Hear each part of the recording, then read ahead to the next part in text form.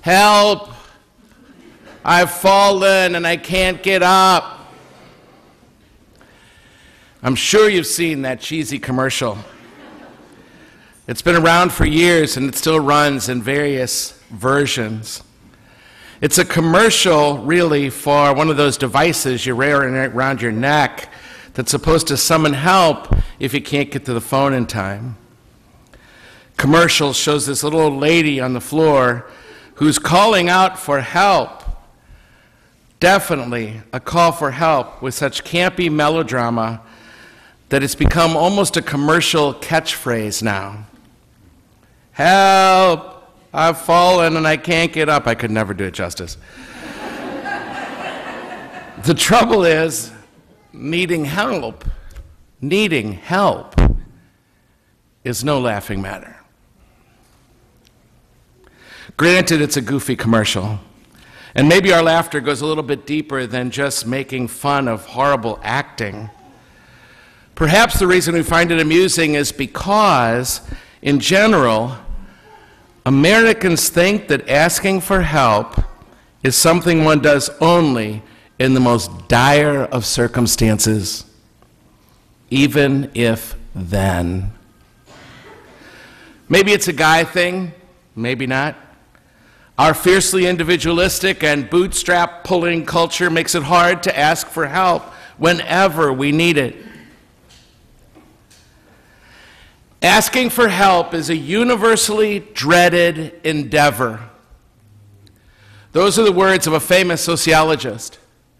Asking for help is a universally dreaded endeavor. Whether it's struggling to get those heavy bags in the overhead bin of the airplane or fixing a flat tire by the side of the road, Americans are much more likely to say, "I'm good," instead of saying, "Can you help me?" Unless it's an emergency that involves calling in professional helpers, of course, like police or firefighters, because we will owe them nothing, we pay them a salary, and they're strangers. We all fall. We all fall, and we can't get up by ourselves. And many would rather crawl out in the street with a broken leg and crawl into a car than inconvenience someone else to help them, than reveal that we have a problem or a weakness that we cannot handle ourselves. "I got this," we say. "I got this." Research suggests there are a number of reasons we Americans don't ask for help, and we try to instead do it on our own. We don't ask for help because nobody ever taught us. We've never had role models. Our parents, our grandparents were raised pretty much more on self-sufficiency, and asking for help is something only if you're drowning in the sea. And even then, it's embarrassing. Trust me, I had to ask for help many times, too many times. That's one of the reasons, because we don't really know how. We've never seen it done very well.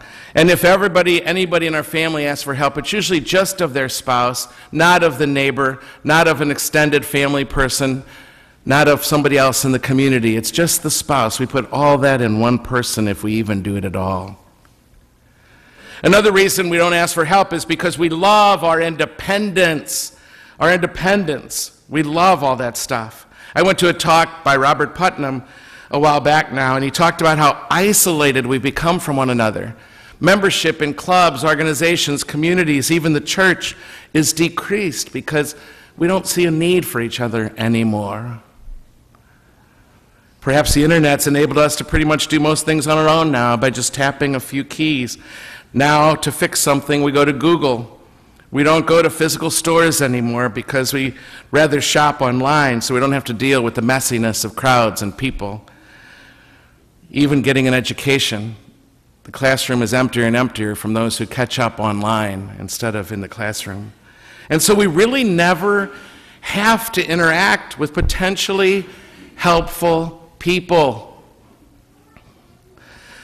Another reason we don't ask for help is we don't even think to ask.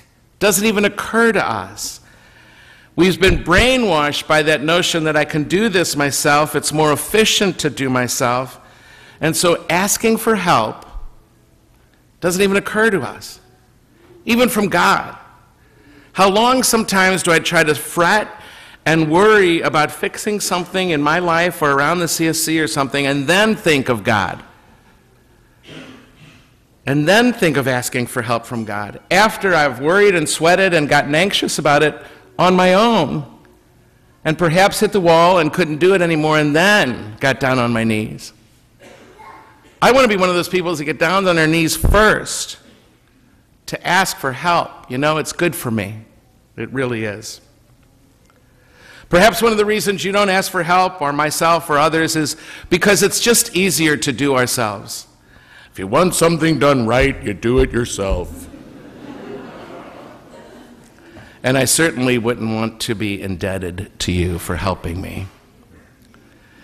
And finally, the other reason they identify as the reasons we don't ask for help is because we're just afraid to. We're afraid we'll get rejected. We're afraid that it'll be embarrassing to ask for help and then hear them say no. And it is. It really is hard. We'd rather do it ourselves. We've gotten very, very good at that. Enter Bartimaeus in this gospel story. Bartimaeus, the blind beggar. He has absolutely no qualms about asking for help, and asking for help in front of the world. And the results of him asking for help are nothing less than miraculous. He's a perfect example of the kind of richness and blessings that come when we're willing to set aside our ego and our pride and our self-sufficiency and seek out real help from another human being, even from God. Here he is sitting on the side of the road as this crowd is passing by.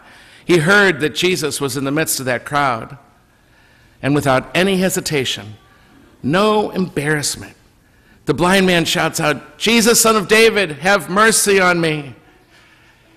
Jesus, Son of David, I need your help." And they tried to shush him. The crowd was scandalized, embarrassed by this outcry. They sternly ordered him, "Be quiet." But not Bartimaeus. This is a bold man who knew what he needed and knew that he needed help. Bartimaeus just continues not only to ask for help, but to cry out all the louder, help me, please."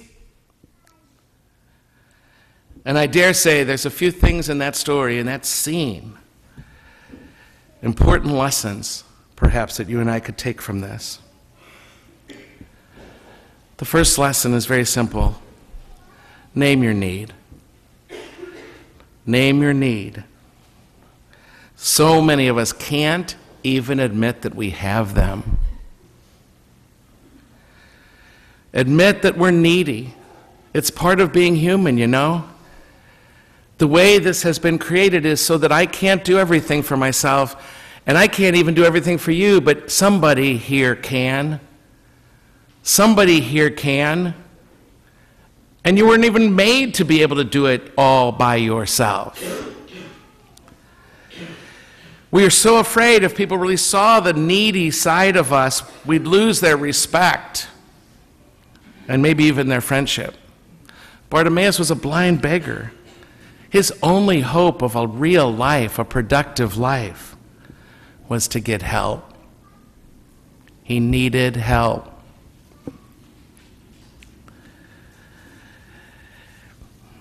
Friday night, there's a huge party on campus. It's probably my favorite party of the year. It's always awkward to be there as the priest.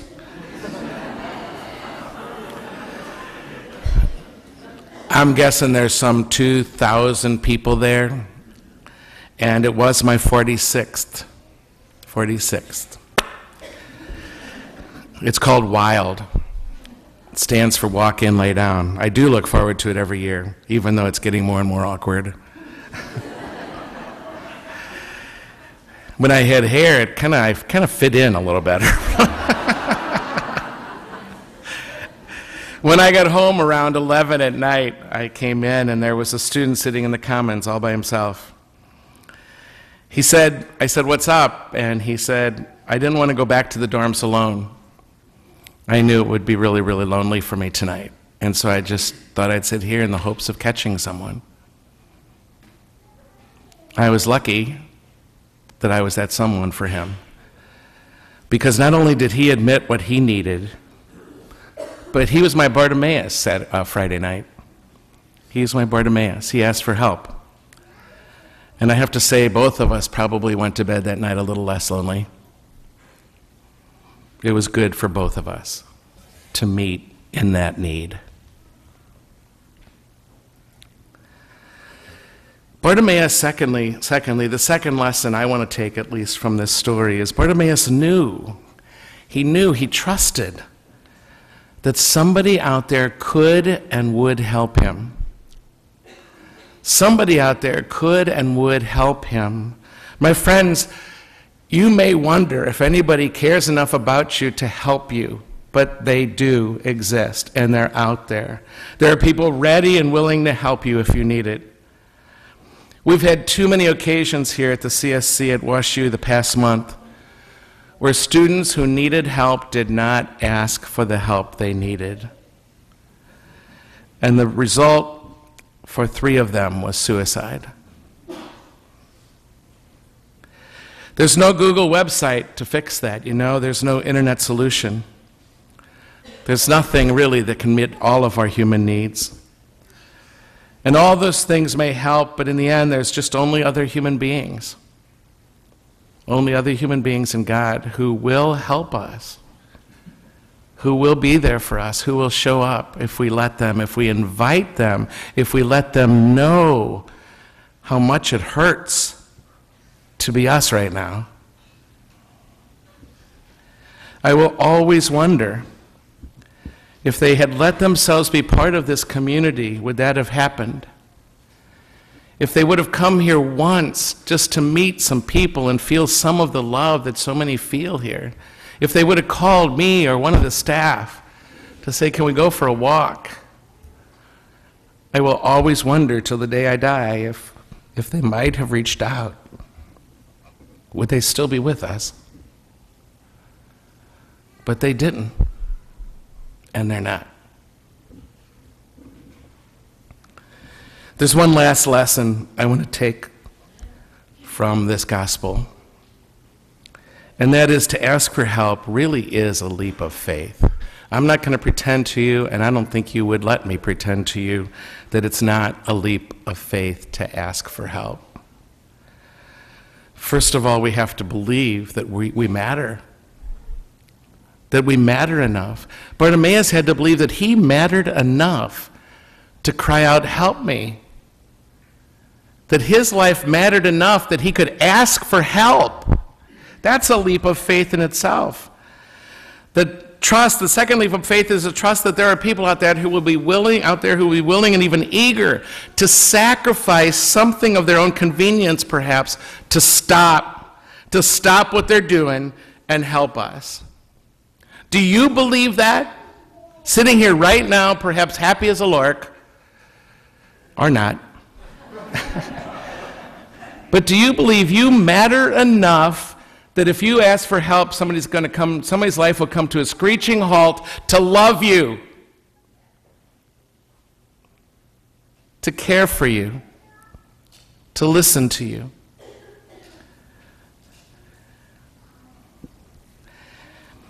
I want us to make that act of faith even here today, that my life is worth me asking for help. Bartimaeus believed it, and so he puts himself in a position to receive help. First of all, he gets himself out into the street. He gets himself out there with that volume. He gets himself out there where help can happen. It's not going to happen if we stay in our apartments and our homes. And it might not even happen if we only trust one other person, and that's our spouse there to answer those needs. Because someday they're going to fail us. They're going to have to fail us someday. This is an act of faith he made.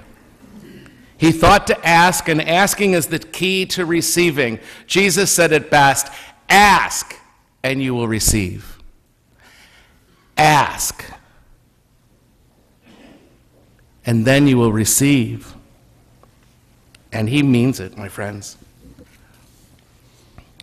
It is a declaration that you matter to yourself enough that you would ask. That's powerful.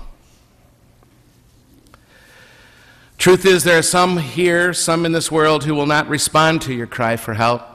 They won't. And it will sting. It's going to hurt when they can't respond. Maybe because they're just busy. Maybe because they're too caught up in their own lives or their comfort or whatever. Sometimes they will say no. They will say no. That's going to happen. But we can't let that ruin our trust that it's out there in the body of Christ somewhere, this love, and it will show up. We can't let that ruin our trust that we matter and that somebody will love us in this. There are too many people in this world who do not respond when somebody cries out for help. But please know that if somebody can't, somebody will. Don't stop asking for help. The very act of asking will open the door to healing. The very act of asking, even if they can't respond, will open the door to your healing and to your wholeness.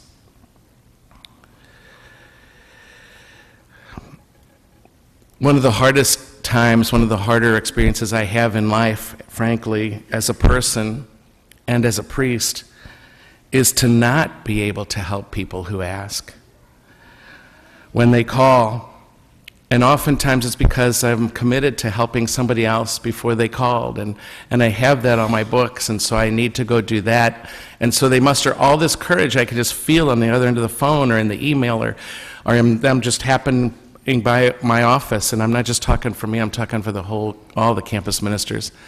It's so hard to say, I'm sorry I can't do that for you.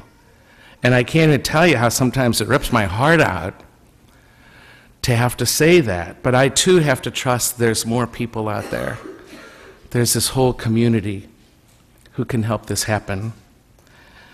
All I know, and frankly all you know, is that I said no. You don't know what else I had that day. You just heard me say no. I remember somebody called not even too long ago, and he said, Father Gary, I've been checking everywhere for a spiritual director. I've been really crying out to deepen my faith and my walk with God, and it's taken me a lot to ask people, and one after another says no. And so I thought I'd try you, and I said no. It is so hard for me to say that. I and the other campus ministers here will always be sad, I think, that we can't respond in the moment sometimes. If that person dared to ask. But again, if somebody can't, somebody can.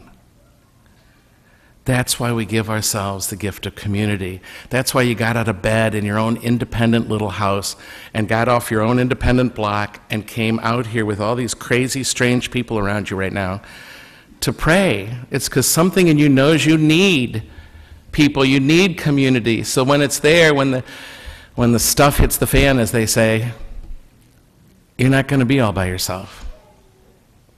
You got us, and we got you. I want you to trust right now that there are lots and lots of people in this world who want to be there for you.